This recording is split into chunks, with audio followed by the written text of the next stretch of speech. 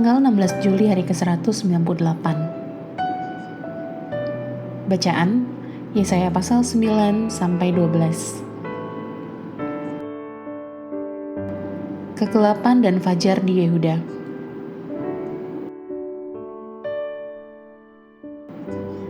Garis besar.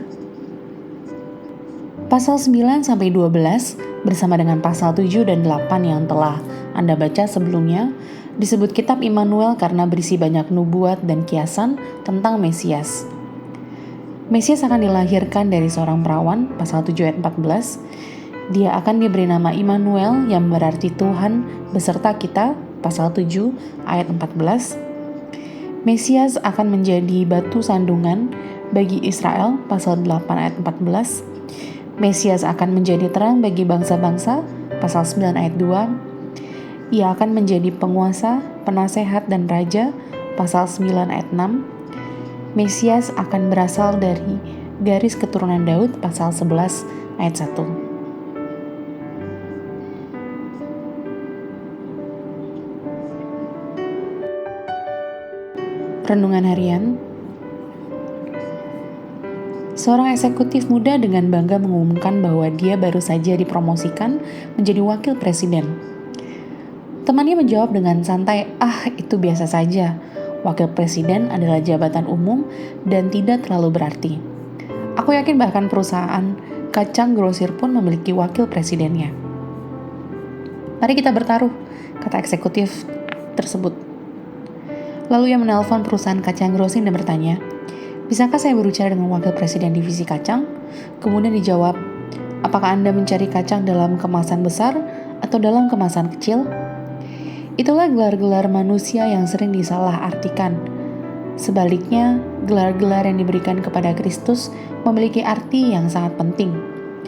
Dia disebut penasihat ajaib, pasal 9 ayat 6, dan Allah sendiri adalah seorang guru yang luar biasa, pasal 28 ayat 29. Dia adalah Allah yang perkasa, pasal 9 ayat 6.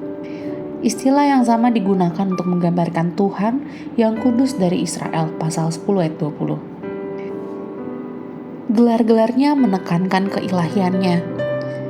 Hari ini bagikanlah kepada seseorang mengenai makna salah satu nama Yesus. Mohonlah kepada Tuhan agar Dia membuka kesempatan bagi Anda untuk memberikan kesaksian ini.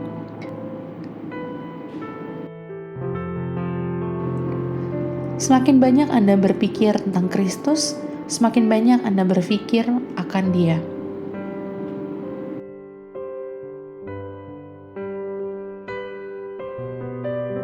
Pendalaman.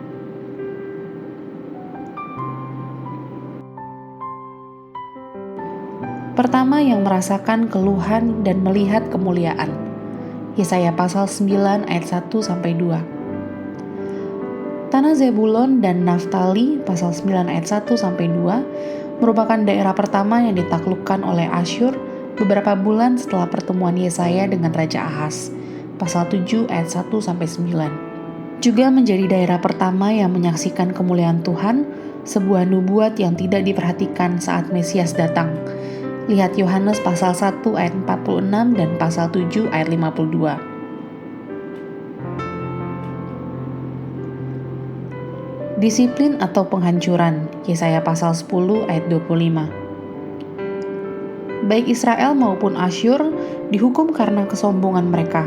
Lihat pasal 9 ayat 8-10 dan pasal 10 ayat 12. Jika hukuman Allah terhadap umatnya masih menyisakan berkat di masa depan, lihat pasal 10 ayat 25. Sebaliknya penghakiman Tuhan terhadap musuh-musuhnya akan menghancurkan mereka sepenuhnya.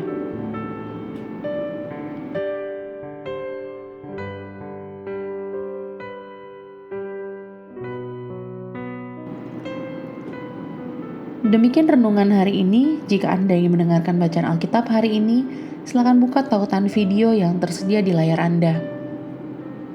Amin. Tuhan Yesus memberkati.